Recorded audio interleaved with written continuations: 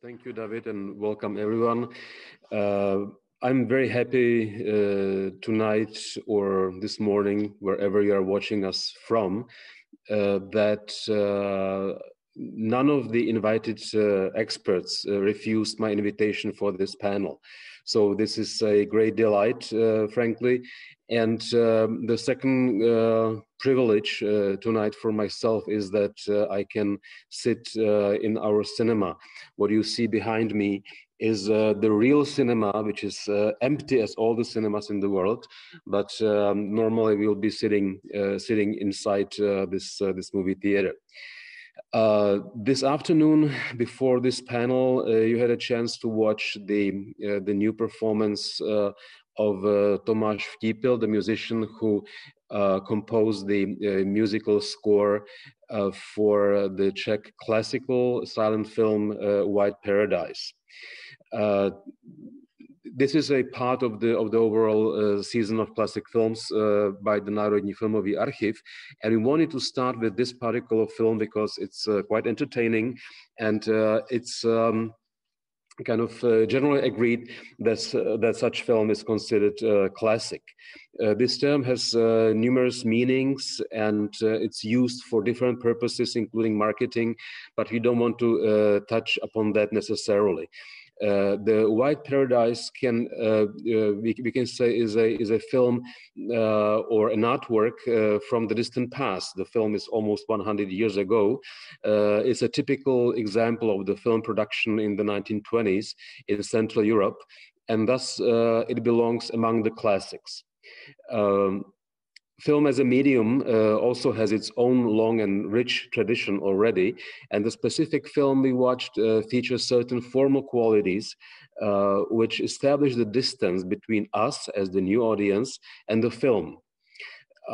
Then there is a question: what's the position of the new musical score, which someone could consider untraditional in the case of today's presentation, but there are definitely many layers of communication between the sound production and the film itself. Classic is a term which is most often connected with music. However, today on this panel, we don't have an expert dedicated to music itself. We will discuss various strategies of classic in various arts of fields of art, culture, society, maybe also politics. I'm very happy that we have different perspectives connected on this panel. The panelists will have only limited time for their presentations, or rather statements, because we want to keep some time for the discussion at the end.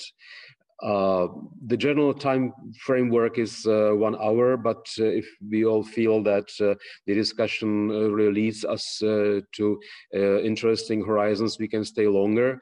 All the audience members have a chance to write your questions in the Q&A below us, and at the end we'll also probably have some time for the participants to ask live all the panel members.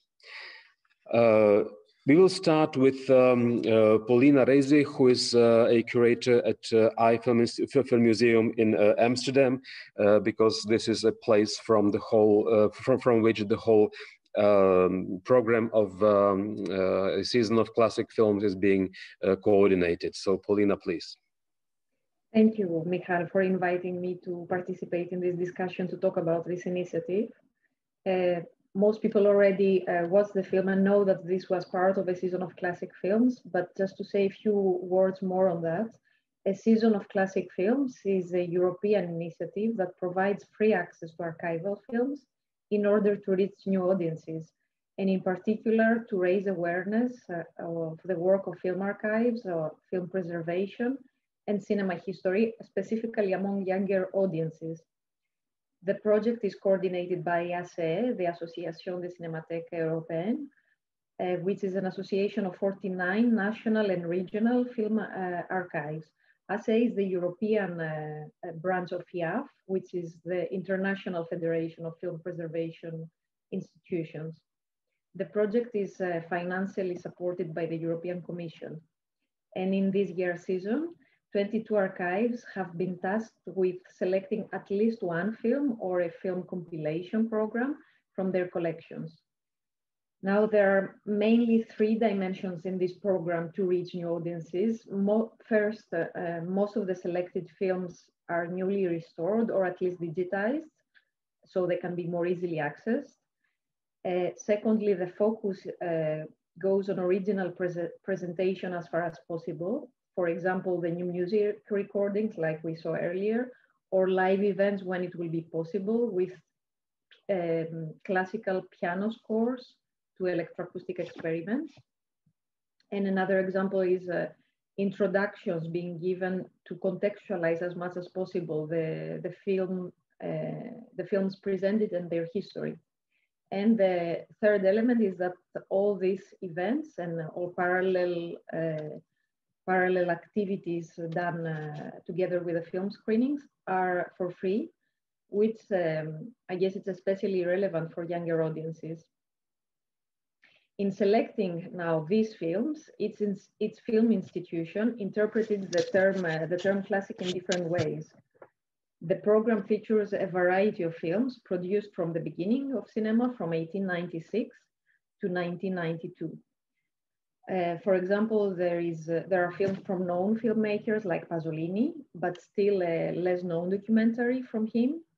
There are works from cinema pioneers like Méliès, but next to this, there is a compilation from films of Jana Kryzenetsky, a Czech pioneer who is mostly unknown outside the Czech Republic. Starting from these older films, from silent films, to go to the most recent is an Albanian film from 1992. This is a period of important transition in the country because it represents the collapse of the communist regime in the country, and therefore the film has a strong cultural and historical significance. And there are so many different films representing so many different styles and periods, from a Dutch Nouvelle Vague, a Belgian magic realism, a Greek social realism, to a Hungarian musical animation, and the popular comedy from Croatia. So the program offers such a diverse choice of filming styles, historical periods, and ultimately cultures, so that it gives the audience the chance to decide what classic means to them. And this is one of the most important roles of the film archive, to question how the film canons are being created, how film history is being constructed, and how films from past decades can provide new meanings to current audiences. In the international context of such a project, another interesting element is how films may be popular or known in their respective countries, but not necessarily in other European countries. So is classic something defined by borders, or can it be something more universal? And just one final remark, the project does not only help to raise awareness of the archives towards the local audiences, but also to support the circulation of the films between the cinematheques, so that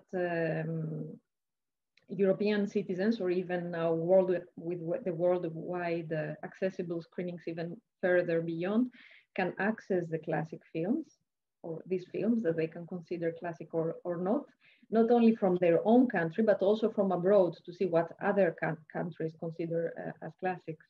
And this can be done by online screenings, accessible to everyone like today, but also by organizing festivals once cinemas are open again, of course, with films from our catalog. And as for example, this is planned from the Belgian Cinémathèques. And just one last line before we move to the next person. If you want to see the list of films from this year and updates of the upcoming screenings, you can visit the Národní filmový archiv website to find the information of the Czech program. and also links to the ACE website. And of course, follow the social media where all screenings are being announced. Thank you very much. Excellent. Thank you, Paulina, very much. The second panelist is Gerardi Fusua, who is affiliated with the festivals in Cannes and in Lyon. And both festivals work a lot with the term classics. So can you tell us a little bit about the meaning of such strategy and its effect? Yes, at the Festival de Cannes, where I primarily work as head of Cannes Classics, I work with Thierry Frémaux, General Manager Thierry Frémaux, of course. So we exchange a lot on the submissions that we receive. The section was created in 2004. Before there were retrospectives at the Festival de Cannes with a lot of different films. Sometimes all prints, most of the time all prints. Then Thierry decided to have more and more new prints because there was a new wave of new distributors in France, and there was the possibility to go with this sort of new wave, new distributors, and a lively wave of programs that could be made. Now, of course, more and more. I mean, it's not more and more. It's only digital screenings, and really the key word, if I have to use one, is event. What we try to do at Cannes Classics to celebrate films and celebrate films from the past is to create events every time. It can be directors or female directors being present. It can be linked with a new documentary. It can be linked with the room or the place of the film in the history of cinema, as we did, for instance, with the first film the first animated film from the history of film in Japan. Last year we were supposed to program the first film in color from China. All sorts of events can be created through the room of the film in the history of cinema, and also with the artists being present. But when we say in the history of cinema, this is very complicated because there's a whole renewal of the history of cinema. To me, when I think about the history of cinema, I remember the classes I was taking when I was a student at the university in the US in the mid-90s, and we would see films from Fellini, Bergman, we would see films from Kurosawa, all the major classics which are still the same. So as Cannes, as the Festival de Cannes, we also need a huge presence of the major classic directors and major classics. When we see Pasolini, when we see Fellini, when we see Milos Forman, when we see all these type of directors who have made the history of cinema need to be present at Cannes, because there's a huge expectation for us to present these directors and female directors. But at the same time, there's a whole rewriting of the history of cinema, because now we feel that we receive more and more submissions from Eastern Europe. We receive submissions from Asia, films we had not seen. We screened in 2016 the first film made in Pakistan in 1956. That was a new, we're not pushing the boundaries, because with the Film Foundation, which we present films from every year, we screen, for instance, Reizi, a Mexican film from 1932. So every year we try to push these boundaries to screen new films coming from cinematographies which are not expected to be screened at Cannes, where it's not a festival where you have the room and the audience for films which are not too tricky, but which can be very strong proposition from a certain history of cinema, or films that we can imagine are the history of cinema. So what we try to do is push and find room every year and divide, if you will, the programming between the major major film classics, 1/3, and 1/3 might be new rediscoveries, and 1/3 might be total discoveries, films from China, films from Pakistan, as I said before, or films that we don't know, we are not aware of. And when I think about that, I think a lot about the documentaries which were made by my cousins, the Welsh director, former programmer, which tried to redefine the new, not the, well, if we, yeah, we can say new, but the different doors or walls that can explode now for us to be able to see new films, because these new films from the past can be seen because of the restorations, the digitizations, and there are more and more films that we need to see. So that's why we always ask for the films to be watched in advance. I mean, it's never, the programming is never done on paper at Cannes. I always ask for the films. I always ask to see bits of the restoration, not the whole restoration, but a 5-minute sample, for instance, is enough for us to be able to see the quality of the restoration, if it fits the criteria of the Festival de Cannes and the whole world of restoration in general.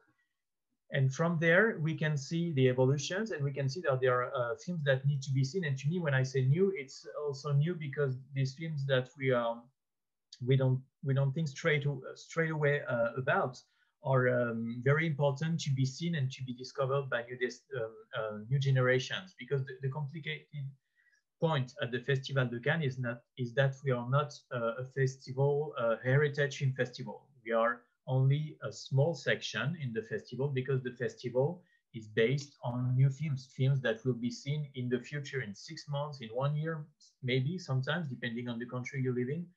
So we are only a small part of the festival, and the expectations are huge because it's Cannes, but at the same time, it's a bit complicated to find room. And we have a lot of cinephiles, some professionals, some journalists, and from there, we need to find a way to attract them.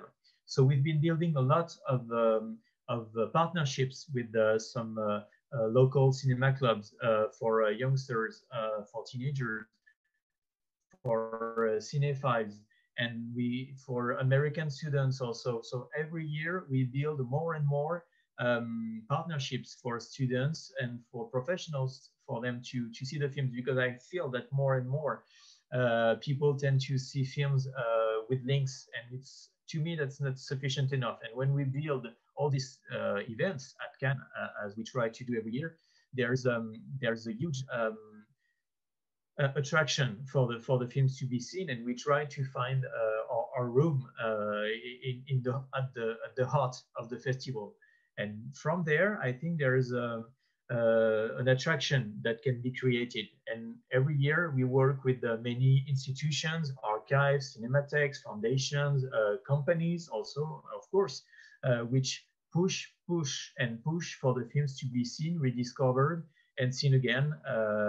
And from there, our goal is to attract all these teenagers for the films to be seen as if they were brand new. And when sometimes they are brand new, they are classics, but new classics. That's the way I see it. I don't know if it's a proper term, but to me, there's a whole redefinition of our expectations. The big names are there. They are very important, of course, and they need to be seen over and over again. But at the same time, we always try to find some room for these gems for me, because when I see some films from Pakistan, from China, from Egypt, I'm blown away by the quality. And we try to find the room, and it's not always simple, because you always wonder, oh, who's going to go see that film? Who's going to be there? And at the same time, we also have these films from the past, but the past which is very recent, films from 20, 25 years, 30 years. And to me, that's a bit problematic, because I feel that they belong to my personal past as a cinephile, and they are not,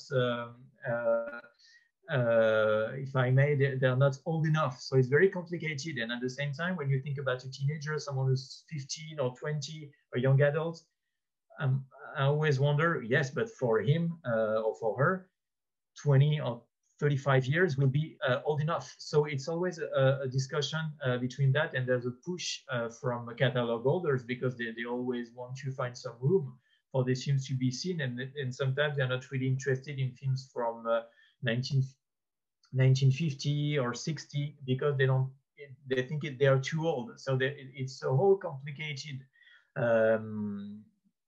matter of programming the Cannes Classics. And what we try to do is to try to find the balance, pushing for the events in the first place, for the big names to be seen again, and for new gems to be seen, especially, yes, as I said before, Eastern Europe, because we have a lot of submissions and very great ones from Eastern Europe, and also from Asia, where we find many great films which are completely unknown because when they were released in their country of origin, in the production countries, they weren't in our region in Europe and of course in Australia, I mean, everywhere. So it's very fun. What we try to do is push and build this program with a lot of discoveries and rediscoveries. This is our strategy, Michal. Very good. Thank you. If you want to use that term. Yes. Thank you, Gérald. Now, I think we've heard two different angles how to look at the term of classic in the film history, and this is a good time to switch the perspective. And I would like to invite Barbora Kundračíková, who is working for one of the major art museums in the Czech Republic in Olomouc, who can tell us how they work and how you personally work with this notion in the museum practice. Barbora, it's yours. Hello, good evening. Thank you for the invitation. I'll try to be brief, and I also think will repeat some of the remarks of Paulina and Gérald, because I guess although the film is much younger medium that those we are dealing with in a museum, the situation is quite similar. The way of thinking is very similar. We use classics still as some sort of a synonym for highlights, I guess, and we use it as a sort of a net or a grid we are building through all the collection, and in this grid we are putting in new innovations, which changing the whole narrative in the end somehow. I think the position of classics is still referred in three different levels. First of them, to use it for the education, to knowledge our public, give them some sort of idea how the arts develop, what does it mean to have a contemporary art, or what does it mean to have a contemporary culture in this context. The other level is to question it, of course, because the whole game is about what does it mean to have the classic art, because in that time it was produced, I guess, it was modern, contemporary, right? And the question were much more complicated. So make it a vivid piece of art, actually. And I'm focusing mostly on pictorial realism and photography. And in this sense, there are so many questions how to use classic media, for example, like a painting in 21st century, or how to work with photography in the age of digital photography, for example. So I think it's quite similar, actually. And the third moment is to compare.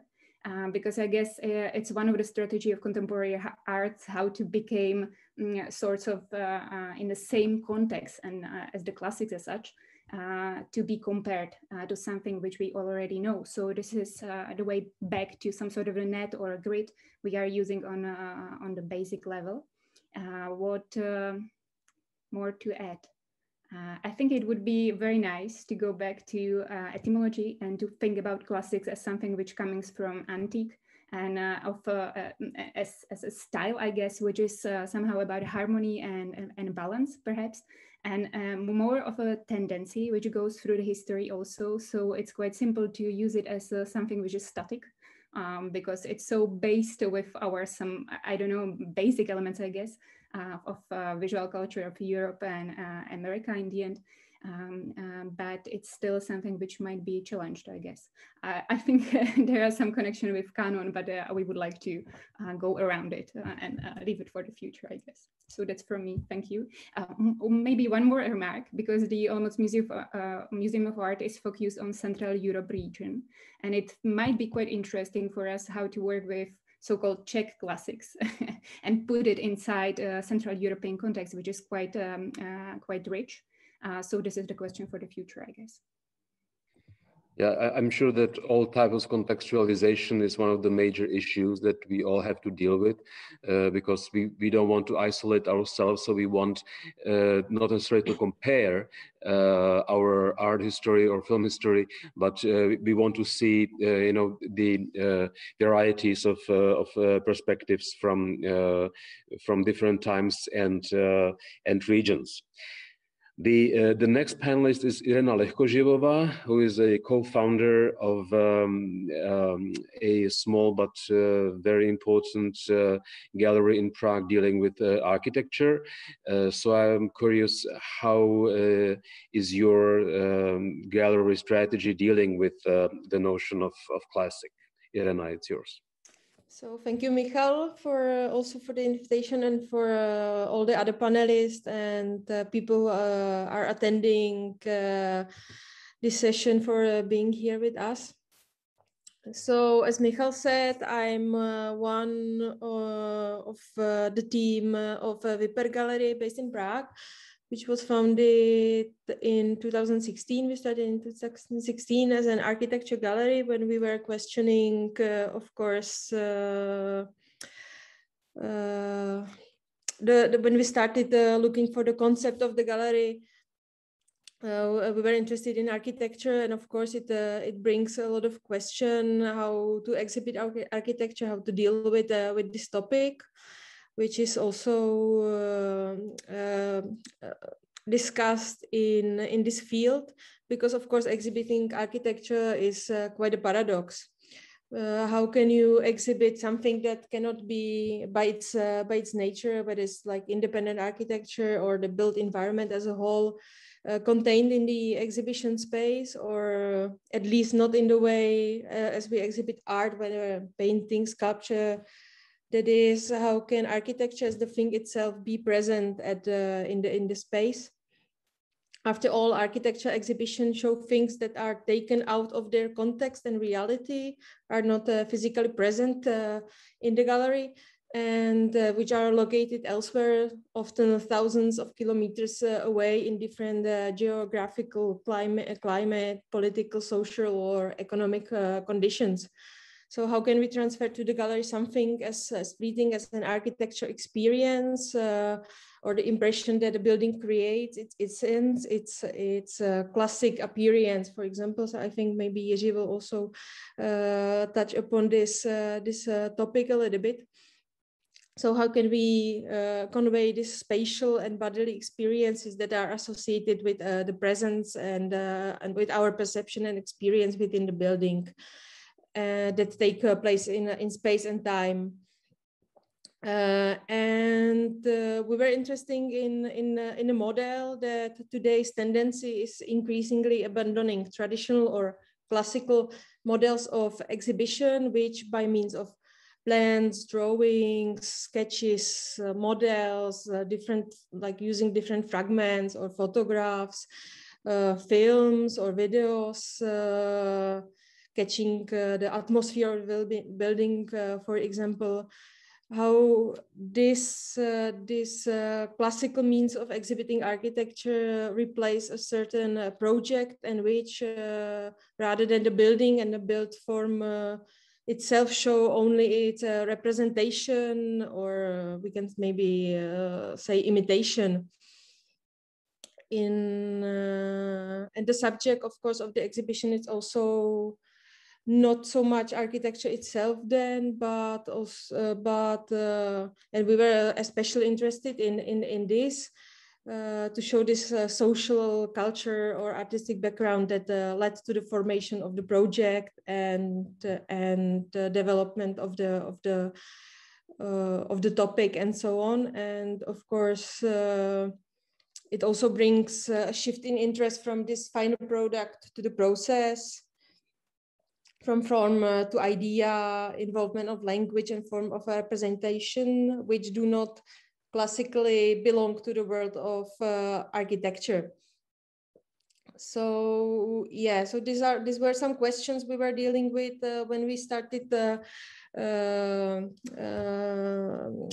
with our gallery, and we tried to somehow show these questions we had in different forms of exhibitions, when we invited people from all around the world, but also from the Czech Republic. And for example, in some one exhibition in 2017, when we were thinking about the district of Prague where the gallery is based, and which is rapidly changing, and we marked a disappearance of a lot of traditional pubs in recent years. So we invited 2 architects from Prague who turned the gallery for 1 month into pub, which was really so we borrowed chairs and all the materials from people from the district, from closed pubs, and there was like a program every day. So the exhibition took 30 days, and every day there was like some program connected to this topic of changing transformation. So it's like very like non-classical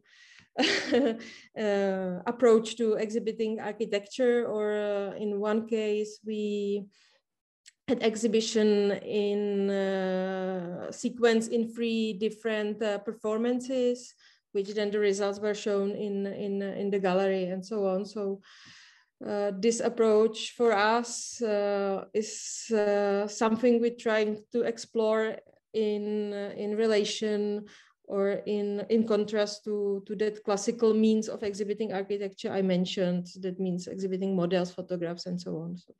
So we can discuss that later as well. So thank you. Thank you, Irena. I can confess that exhibited pub was a very successful and popular event in Prague and visited by many. Our most successful exhibition so far. The next panelist is Tomáš Glantz, who is joining us from Zurich. He is an expert in the history of culture and the arts, and researching a lot about the Russian avant-garde, which we very often consider classical today. So I would like to hear from Tomáš how he himself sees this transformation from the radical to the classical. Thank you. So I understood this mission impossible to tell something about classicism of Russian avant-garde in 5 minutes as a question concerning a paradox, that something which was oriented against any notion of classic art became classical, and classicus has an etymology. Barbora already did mention this dimension of classic, and it means top class and something which is timeless. There are two semantic focuses, and etymologically also something which has to do with rich people, because in the Rome, classicus was also the rank of people who did pay more taxes because they were rich, and it's with what did happen with Russian avant-garde, which is very expensive. But we are interested more, I think, in the aesthetics and politics of avant-garde, and I would like, as a basis for this discussion, to concentrate this question in 5 steps, because I have 5 here now already, less than 5 minutes. So the first aspect is maybe the synchronic one, because avant-garde was promoted as a revolutionary Soviet art for the first period, which was quite brief, as a state-based classics, the new classics, the subversion, which was for the short time declared as a state mission and framework in the framework of demolition of the old order, as a new classic in this sense, including female artists for the first time. If you think about Popova, Stepanova, Exter, Goncharova, Dolcova, never in the history of art this gender aspect was so highlighted. This was a new kind of political and aesthetic classic, and the art itself was in some sense very classic for the very beginning. All these red and black crosses by Malevich, all these classical patterns like the icon, infinity, works based on geometry, on archetype in poetry also, and many other aspects were classical in their dealing with patterns, with archetypes, cultural archetypes. Second, the avant-garde artists did establish powerful institutions. It was classical in terms of the cultural power. If you think on Kandinsky, who was the head of INHUG, this new institute of visual culture. If you think on Rodchenko, who was in Narkompros, in this kind of Ministry of Culture. If you think on Chagall, Lisitsky, and Malevich, who came from Vitebsk to Ginhuk in Petersburg, they were institutionalization, which became a classic during first 5, 7, 8 years after the revolution.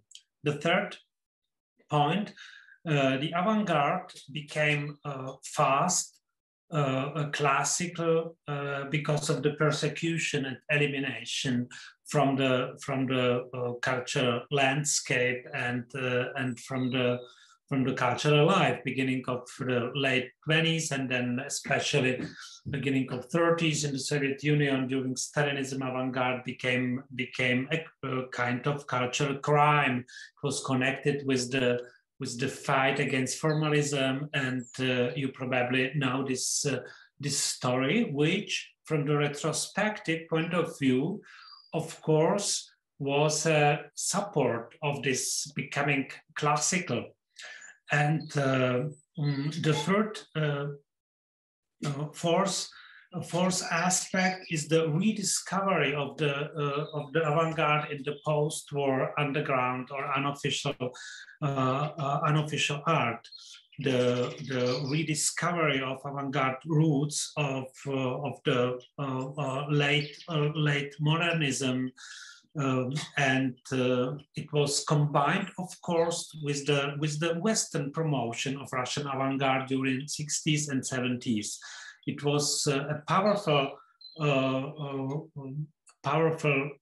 movement which did the classical, let's say, value.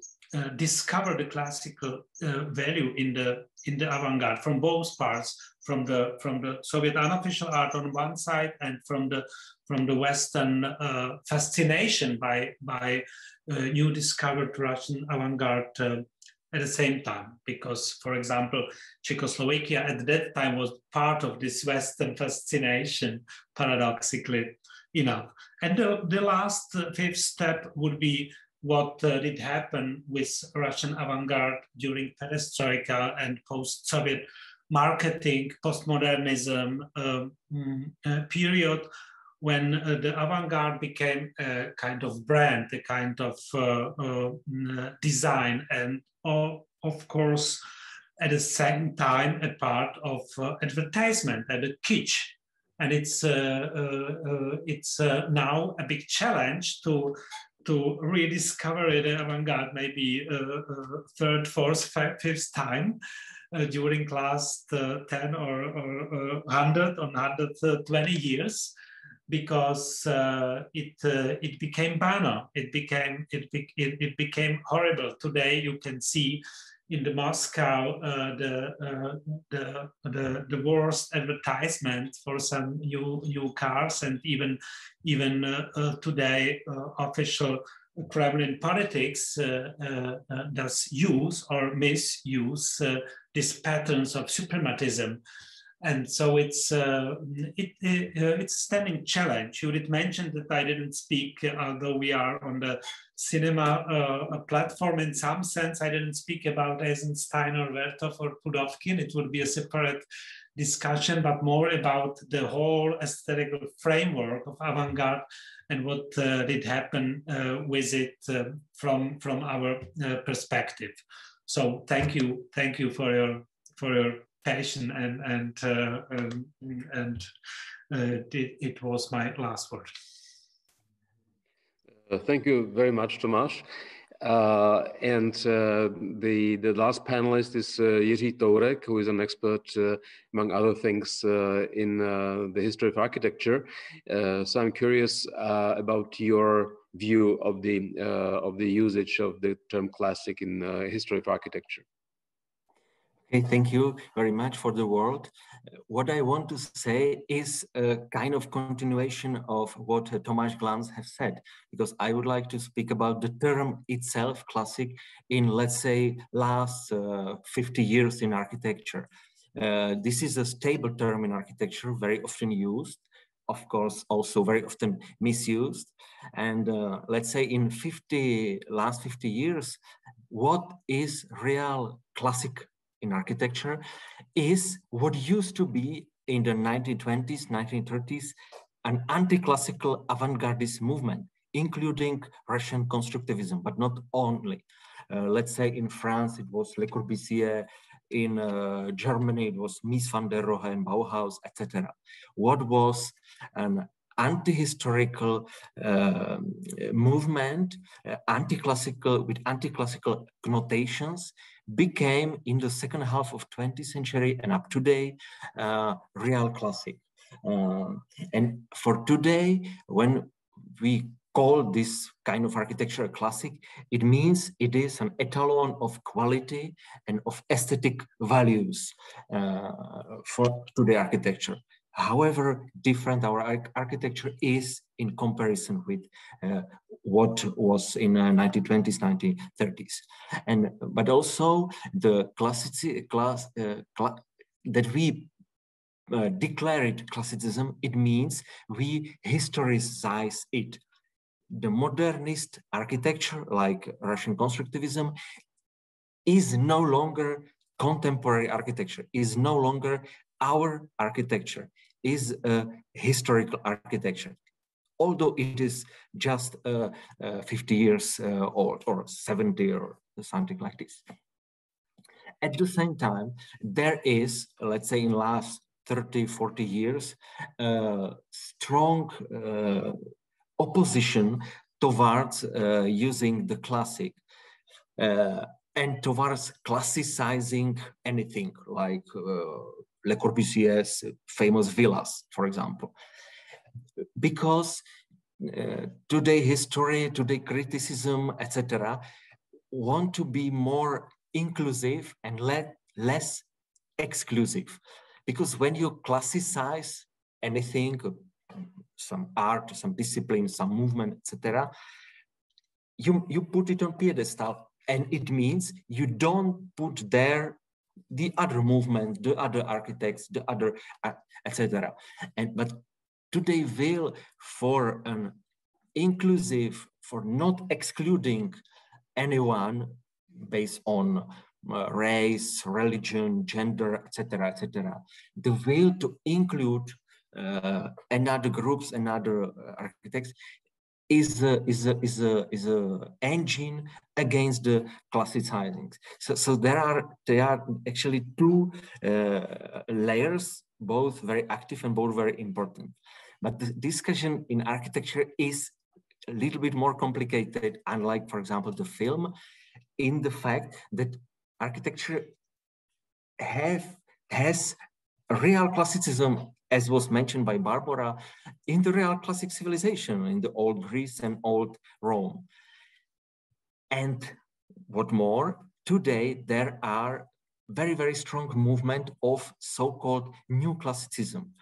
It is in European context not so strong, but let's say in Anglo-Saxon, in United Kingdom, United States, the new classicism, so the architects that build really homes, buildings in a tradition of the classicism is very strong and must be taken into account. So these are just three brief points to the term classicism. I also did not want to touch upon the fact that the term classicism is misused in marketing of something or something like this. This could be left for a discussion. So this is from me for the architecture. Thank you very much. I would love to continue for a few more days this debate, because I think we've touched upon very kind of lively topics. We all know that the history of cinema is much shorter than the history of architecture or visual arts, painting, for example, not to speak about music. So maybe this this shorter not lifespan, but the shorter history of cinema is something that offers stronger position for inclusiveness. As Gérald said about the programming at Cannes, you are still opening your gates to rediscover or discover the unknown films to the new audiences. So you can include the new objects, and you are not really kind of putting any hierarchy in what is more and what is less important. So basically, you're not creating a canon. You are rather helping the unknown films as objects to be presented to the audiences as discovery. And I think that discovery is and rediscovery is very often a strategy in a presentation of all arts we talk about today. Sometimes it can be some sort of familiarization or profanation, rather, as Tomáš said, the example from the political marketing in current Russia. But sometimes it's really kind of opening the old vaults with the art styles or single art objects which were never present to the broader audiences. Is that something that in your respective fields you think about this discovering and rediscovering of something that you maybe find unknown to the broader audiences? Barbora is smiling. Maybe it's rather the case of an art museum. So Barbora, do you want to comment on that? Yes, I think we are all longing for something which is new and which will destroy the classics somehow, right? Or at least question the classic, because this is the point. Yeah, I would ask others to react somehow, because this is really the question. I, for myself, would think about the exposition, for example, where I could put not just the visual arts, but also films, for example, or different media, and build the different view of the world. Actually, I think we are in a moment when when the view of the world is changing quite heavily, right? Not just because of the connections we have right now, but also because we are thinking differently about our position with all these crises we are going through, with Latour and other philosophers, for example. So there are so many positions which are shifting right now that also the term classics is shifting quite heavily, I guess. I think it was Jiří who said that the term classic is rather stable in history of architecture, but what I can hear from others, it seems that this instability is maybe more typical for the current debate in our fields. I saw hand raised by Tomáš. I would like only to add one term, which is maybe for this dynamic understanding of classic and classical important, and it's the term of appropriation. I think it's what is going on, and on the Russian case, we can observe it very properly, because actually in the post-war and contemporary art and literature, everybody, just almost each singular author was somehow pushed to appropriate this strong avant-garde classicism by his or her own way. And it's which makes classic really classical each time by a new way. When on the field of film, when Tarantino is quoting Eisenstein, he is making him classical for his own purposes, which are very different from Eisenstein's. But it's how do this kind of appropriation classic is working, I think. If I remember correctly, it was Jiří who also raised his hand. Is that correct? Yes, I only want to add that the terms classic is of course stable in architecture, but it doesn't mean that I just spoke about last, let's say, 50 years. So it doesn't mean that the meaning of the terms or what people think of it doesn't change. It of course does. It did. Barbora, yes, please. I'm just thinking maybe there are two levels, actually, the two ways we think about classics, because on one level, it's something which is quite safe and which we use to name the system we are living somehow. But on the other hand, and actually, this is the reason why things become so quickly classical in these times, because everything is so quickly changing, right? But on the other side, there are some dangerous elements in classical, because there are so tight connections. Tomáš talked about it, tight connections with kitsch, for example, or some restricted way of thinking, which stop us from being critical, I guess, somehow. So I think we are following these two levels somehow all the time and moving between them.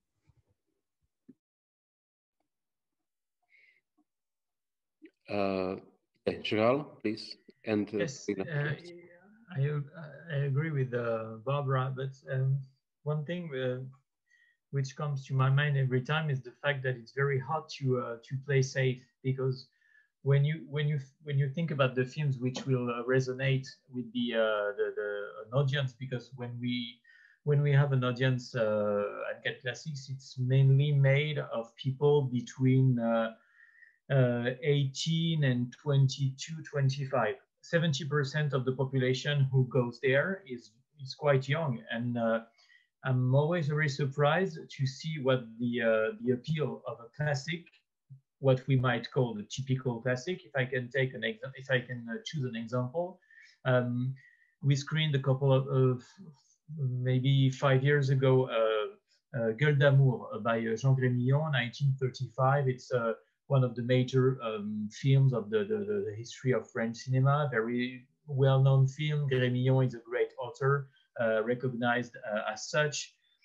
And it defined the personality of Jean Gabin, which is a major star in France and probably in some parts of the world, not everywhere probably, but in France it's very strong.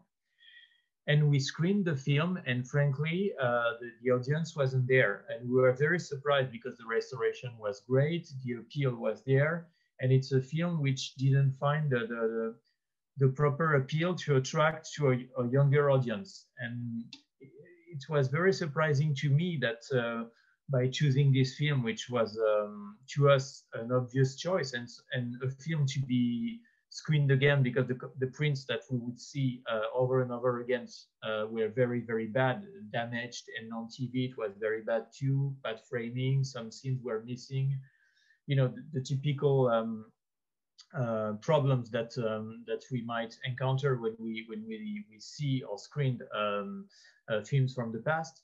And from there, I was very surprised to see that there was no appeal for the film. So sometimes you have the impression that it's there, that it needs to be there because it's a classic in the proper sense of the term.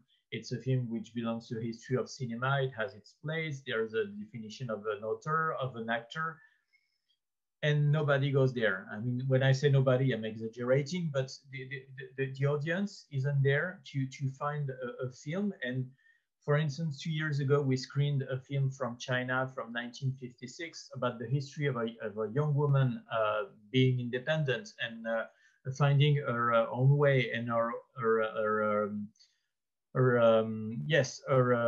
life in China in 1955, and it was not a success, but a very young and very strong audience went there to discover the film. So we could feel that there was an appeal and a resonance for our younger audience, and not by, yes, Gueule d'Amour, where when you see it's a sort of film noir, and you have the you also have a sort of a femme fatale, and it begins in Morocco in the 30s, and I felt that there was no connection with a younger audience, as opposed to this young woman being strong and being independent in China in the 50s. So to me, that was very striking to see that when you have the impression of being not safe, but of choosing a film which belongs to the history of cinema as you know it, as you feel it, it can be also not a mistake, because you need to screen the film, but also a very surprise in terms of attendance and traction to the audience. Paulina, you also raised your hand, right? Yes, I just wanted to continue to what Jiří said about the stability of the term classic. I guess when comparing to cinema, which is the newest art out of architecture and music and so on, the other things that the other speakers spoke about, this is when the term becomes more questionable. And I guess that's why we are here talking about it, because often in common language, I guess classic is something which is already old, sedimented information has been there, so that we consider some things that are old enough and still known to us, while right now with a project like that, with a Cannes Classique and so on, we allow ourselves to discover and rediscover things that are, yes, old, but not that old. And we are part of this process. And to connect it to a question that I see coming from Elif, that she says, is the term classic not an inherently conservative one? Yes, of course, then the other question is, should we just stamp things as classic just because? Even if we do try to do that, what's the point? It's just, yes, a combination of a term being used for marketing, being used in common language to refer to things that are old or very popular, and to more deep things that we analyze over culture. I see that the question from Elif disappeared. Yeah, Elif, if you are there, do you think your question was answered? You can make yourself visible, I guess. Should you like? Yeah, you are allowed to talk. Yes, I think. Do you hear me? Hi. Oh, hi. We can hear you. Oh, okay. No, my question is exactly this. I mean, by condemning something as a classic, are we also making it part of the canon? But I mean, to me, that is kind of a how to say, it's almost against the idea of cinema, which always tries to be the youngest, the most, how to say, maybe reactionary even way of expressing itself. And it's the youngest, as Paulina said. And then we are looking for classicizing things within cinema. I don't know if I feel something like contrast in this, and also creating a kind of a canon. And what I mean by saying it's like confirming what we already know. Even if you see a Chinese film or a Japanese film, if you mention it as a classic, it's in my feeling, it's because you recognize it as being something that also is similar to what we already know or accept already. So leaves little space for real discovery, I'm afraid. Maybe sometimes by putting a label of classic, we bury some of the values which suddenly become kind of too stable and, as you said, a potential part of the canon and less vital, maybe. So it's there are different strategies, and there is definitely this ironic layer of using the term classic. However, I wanted to say that cinema is probably not that young anymore. We still think that film is only 30 almost years old, which is not enough compared to other art forms. But this is already a history, so we can speak about the distance between us as the new audiences towards the qualities or values of a film artwork from 100 years ago. So the distance is there. So if we need a distance to establish, in order to establish this recognition, it's there. It doesn't have to be 2000 years or 180 years. I don't think there is a really substantial difference. It's rather a question of our position and our understanding of what the qualities and values are and how to identify them in different art forms. Barbora, please. I'm thinking about one term. Art history uses horizontal history of art, for example, and trying to make some sort of not a global context or global context of art or a global history of art, but making some sort of a base. We still can cherish our own tradition, but also to be open to others and not to appropriate different cultural elements, I guess, to a different one. So horizontal history of art might be some sort of the approach. And also we use base, I don't know, about 20 years. So we are talking about in a museum and in museum collections, right? To have some sort of a historical distance also. But I think it might work differently in different fields, definitely. Do we have any more questions for the participants or the audience? There are no written questions, but you can, as Elif did, you can just raise your hands and we can give you the floor, because it's maybe more easy and fun, and it's nice interactive way how to talk. So don't be afraid. But for the moment, I can't see any hands.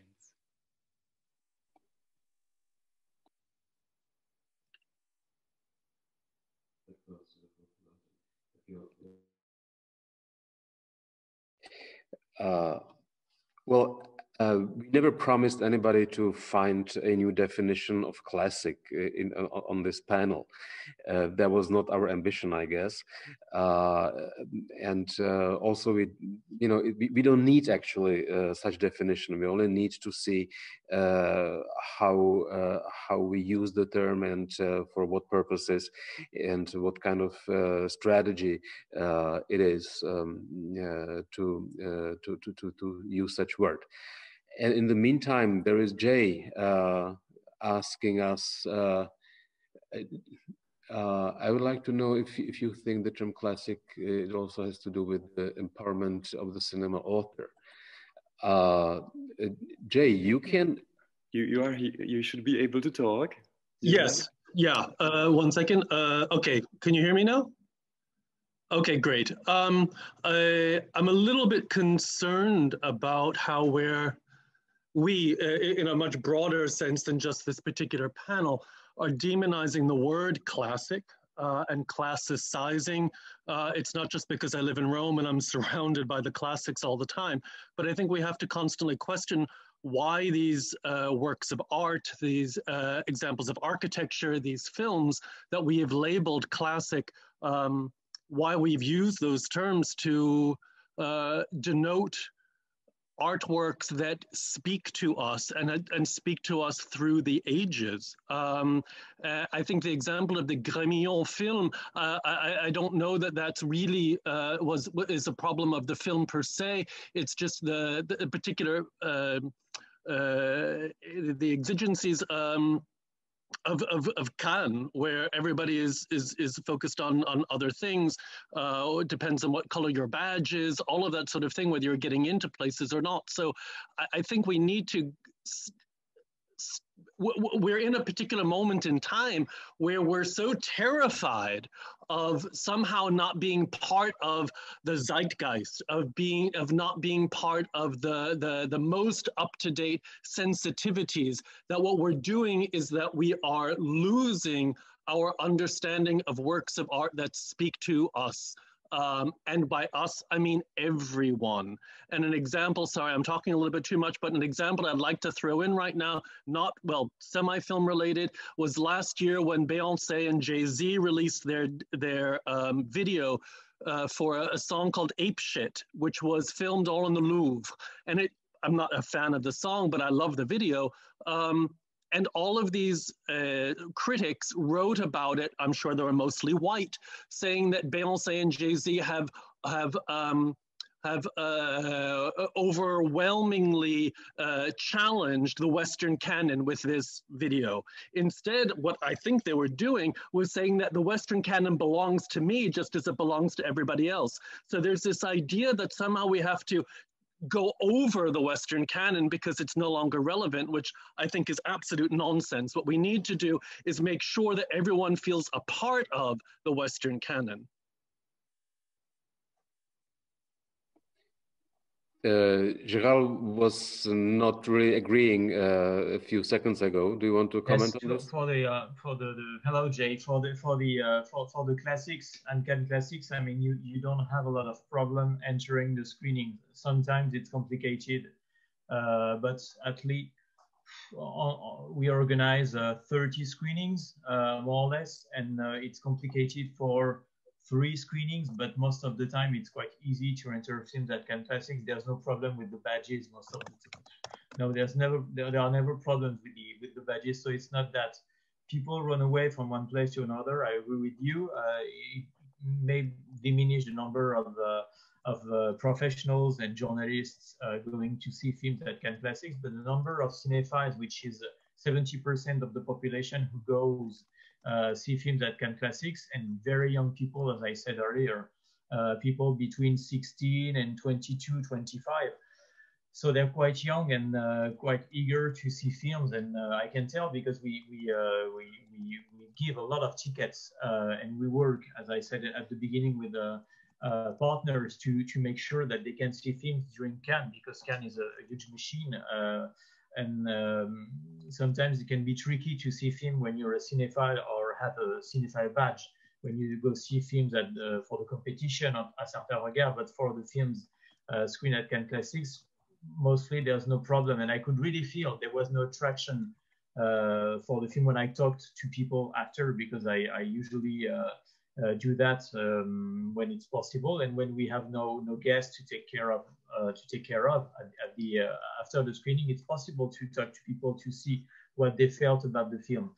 So frankly, it was mostly the attraction, but I'm not saying it was a mistake to program it. On the contrary, it was a good idea to program it, and I think more than that, it was a necessity to do it, because sometimes you program films which will have no success per se. You won't have as many people as you would have expected or you would have liked to, because there's a lot of, well, we know there's a lot of work being done by professionals, by restaurators. There's a lot of money involved every time. So we want, of course, to see for the films to be seen, for the professionals to be celebrated, and for the films to be celebrated. So frankly, I wouldn't say it was part of the fact that people had other things to do, because it's not really the population who goes there to see the films. But to me, that was very important to program it, and I have no problem in saying that we we were right to program it, and it should be done over and over again for the films to be seen and for major films to be seen. Yeah, there is a reaction from Jay in a Q&A section you can see. And also there's maybe one last question from Marta, which is kind of like a nicely open for any subjective criteria of all the members. Which sounds, I would like to know if you think the term classic is also has to do something with the empowerment of the cinema author.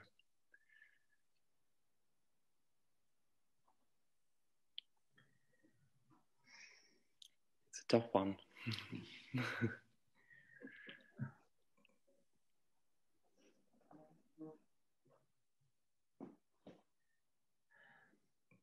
Well, I'm not speaking because I have the answer to the question. Maybe anybody else would like to take it. It's true that it's a shortcut that we're going to take most of the time, I must admit. And when I see the reactions from the press, for instance, last year last year was a bit special, but we made a selection. We had some films. Some films could be programmed in other festivals in September, October. And when we see the article or the dispatch from the Agence France Presse, from the French major press agency, only the big names were studied, if you wish, or were highlighted, and you could see Fellini, Antonioni.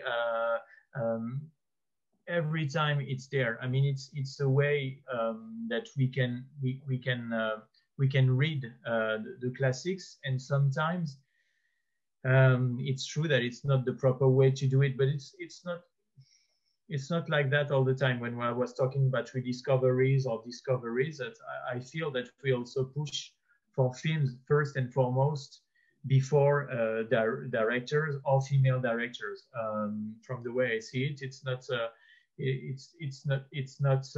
always the case, but it's true that the major names will have the most important press coverage, and what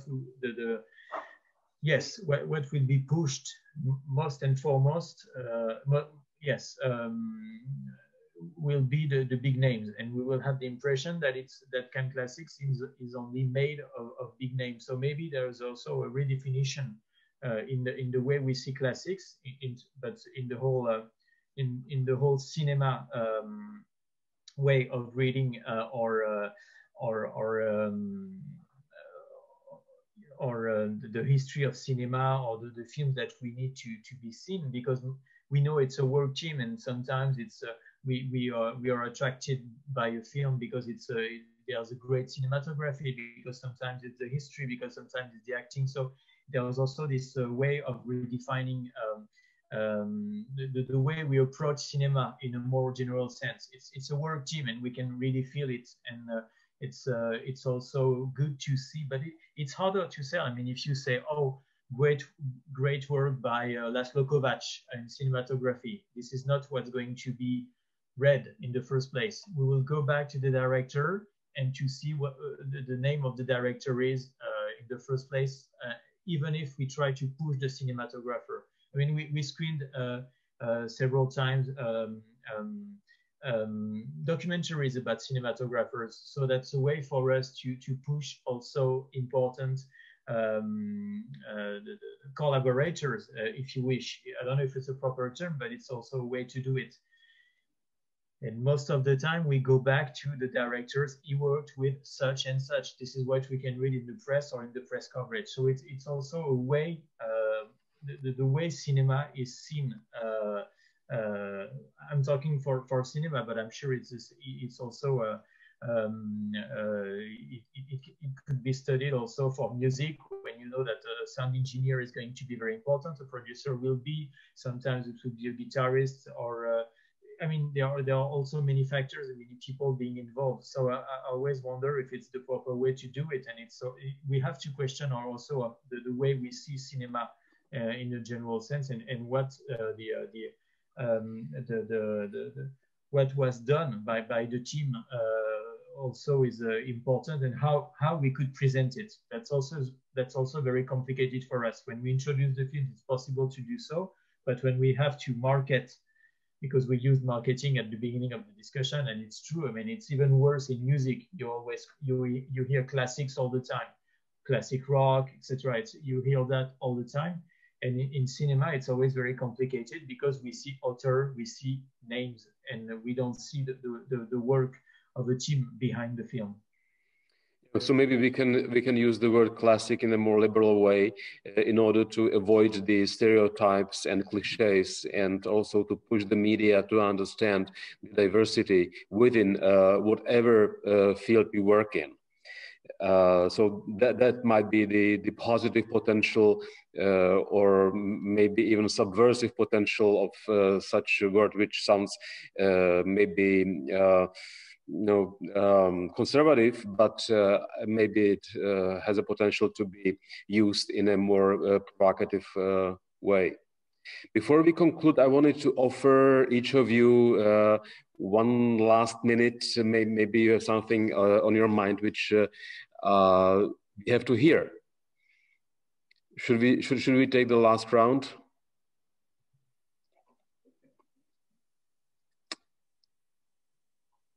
Anybody wants to start or to finish, or it's too late? Maybe I can start. Okay, thank you. For me, the term classic, however ambivalent and problematic is useful, and however it is changing and should be changed, should be more inclusive.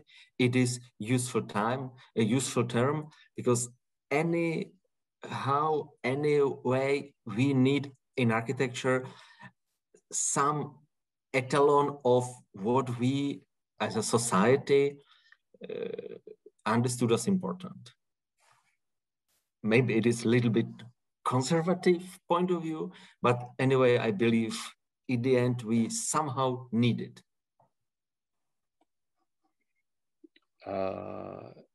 Anybody strongly disagrees? Or I can rather see nodding from you guys. So was it, Gérald, was it your hand that I saw? Yeah, I feel that that classics are the foundations of our houses, and in a house you can welcome many more people and many more paintings and music and furniture. So there's a lot of room for other films to be seen. If I talk about films, but we need those foundations. That's for sure. To me, that's part of the classics in the good sense of the word. These are the foundations, and the foundations are a constituency of the house, and the house can welcome many more pieces of arts. Okay, thank you. Did I miss anybody? Tomáš, it was you, right? Yes, please.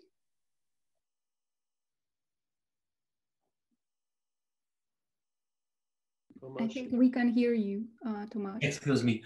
Michal, I was wondering about your remark during the preparation of this discussion that you hate the term canon. And it would be my proposal, my idea for the next discussion to talk about canon and classic as a dichotomy, terminological dichotomy, which is full of tangents and similarities. And this next discussion, I would like to start with the question addressing to you, why do you hate canon? It would be, I think, a good introduction. Yeah, I have a very long answer to such question. So we will start the debate right now, but I would love to get back to it because it's not only in the field of education, but also in the field of presentation of any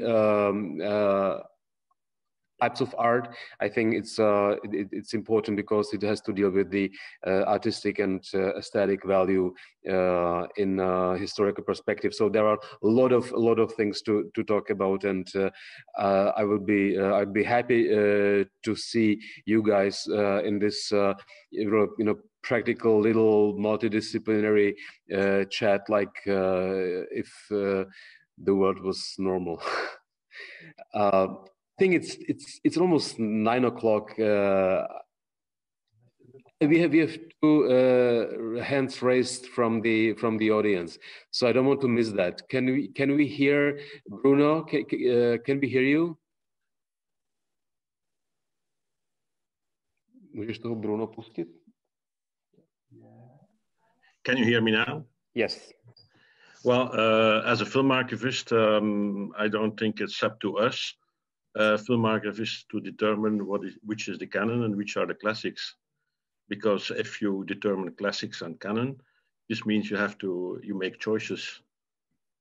And as an archivist, we cannot allow to do that because in society, the choices change, evolve.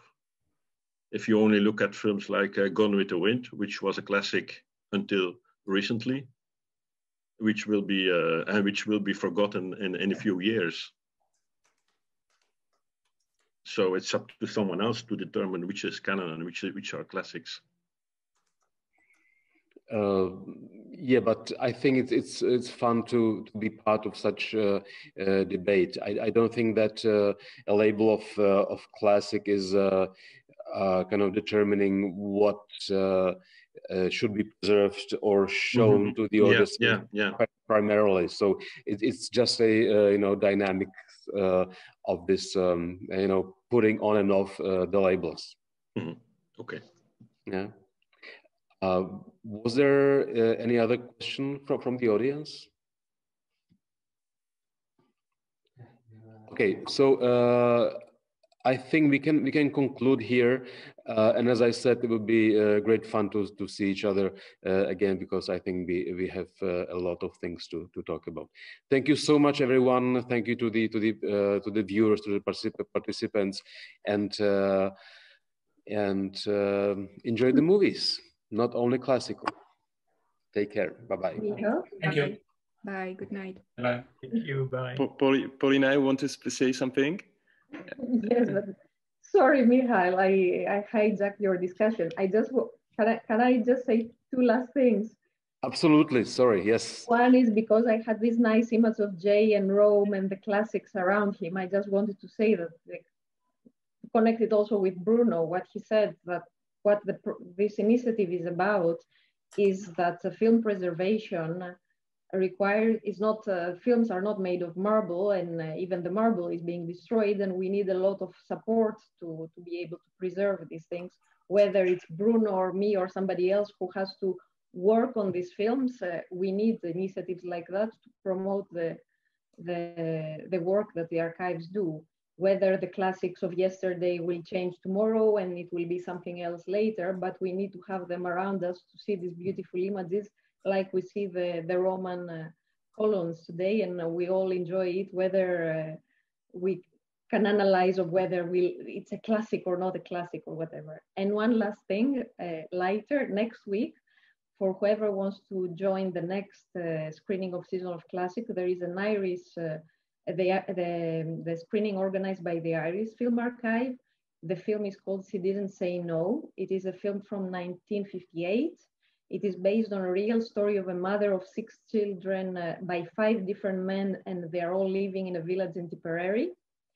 And this film has been initially banned in Ireland, and from what my colleagues in the Irish Archive told me, it is believed that the first public screening in Ireland took place for the first time last year, because before, it was banned. And now, the last month, they worked to digitize it, so it will be accessible for 1 week, starting the 15th of April. Thank you for your extra time. Sure, absolutely. It was my pleasure. Thanks a lot. Take care.